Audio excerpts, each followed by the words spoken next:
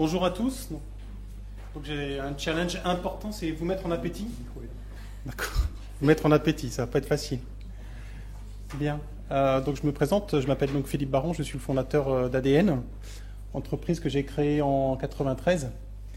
Et certains m'ont facilité la transition, puisqu'on est spécialisé donc sur la gestion du cycle de vie produit pour le dispositif médical.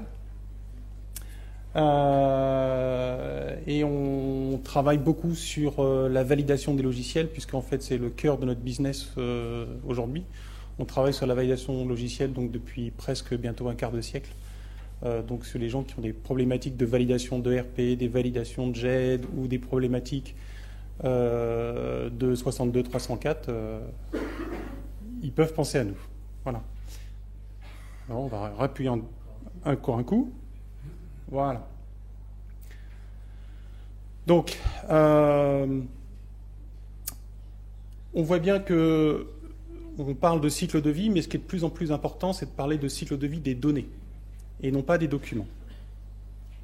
Les documents, c'est une réalité, et les documents, il en faudra.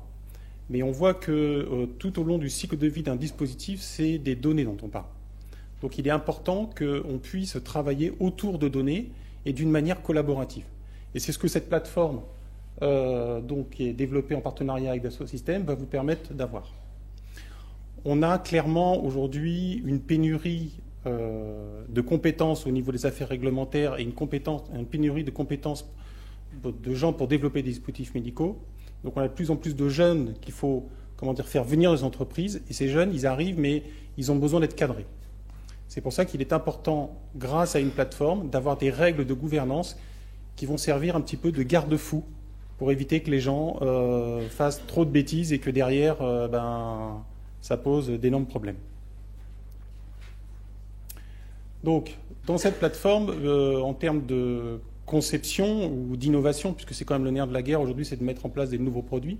Donc l'aspect conception et innovation est très important.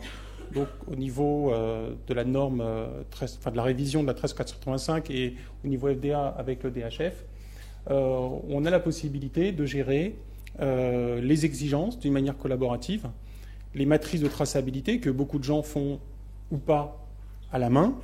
Donc les faire à la main, ça pose des délais. Souvent, elles sont, dans le meilleur des cas, juste à 70% des cas. Et souvent, c'est fait, entre guillemets, à l'arrache, juste avant les inspections.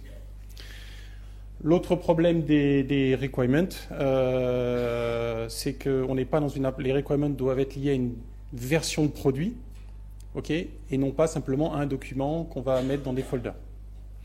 Donc l'intérêt, je dirais, de la plateforme, c'est que tout ça va être lié, l'axe, la clé, ça va être le produit et la révision du produit. J'accélère un petit peu, Denis, pour ne pas décourager tout le monde, c'est ça? D'accord. Okay. Ce qui est important aussi, c'est de pouvoir générer ce DHF très rapidement. Donc, design, history file, oui, à partir de l'ensemble des documents qu'on va consolider. Donc là, la plateforme va permettre de le faire. Alors, je me trompe de bouton. Donc une fois qu'on est content, on a fait notre conception, se pose la question, je dirais, de la production. Et comme on l'a dit tout à l'heure sur le logiciel, sur le cycle de vie, se pose la question de la gestion des modifications. Voilà. Donc la gestion des modifications, c'est vrai que c'est un vrai challenge, il faut partir d'une base et il faut avoir un process qui permet de gérer toutes ces modifications. Donc là, on va pouvoir avoir un process unifié de gestion des modifications. Et comme on est dans une plateforme, on va pouvoir interfacer ce process avec des sous-traitants, avec des partenaires externes. Puisqu'aujourd'hui, plus personne ne travaille en mode silo. Okay. Comment? DMR, Device Master Record. Okay. Device Master Record.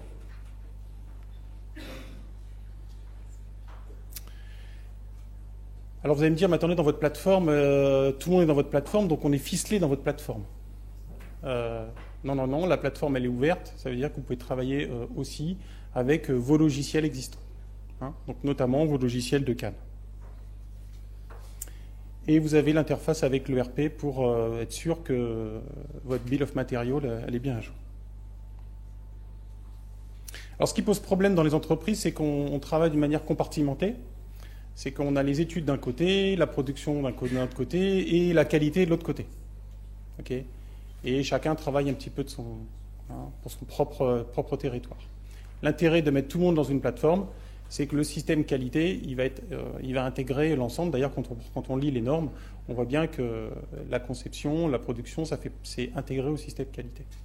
Donc, vous allez pouvoir lier, ici je ne l'ai pas indiqué, mais j'ai tiré les réclamations, puisque c'est quand même la tarte à la crème au niveau des audits FDA. Et bien, vos réclamations, vous allez pouvoir gérer les délais, et tout ça, ça va être lié à différentes étapes du développement de votre processus, développement de votre produit, pardon.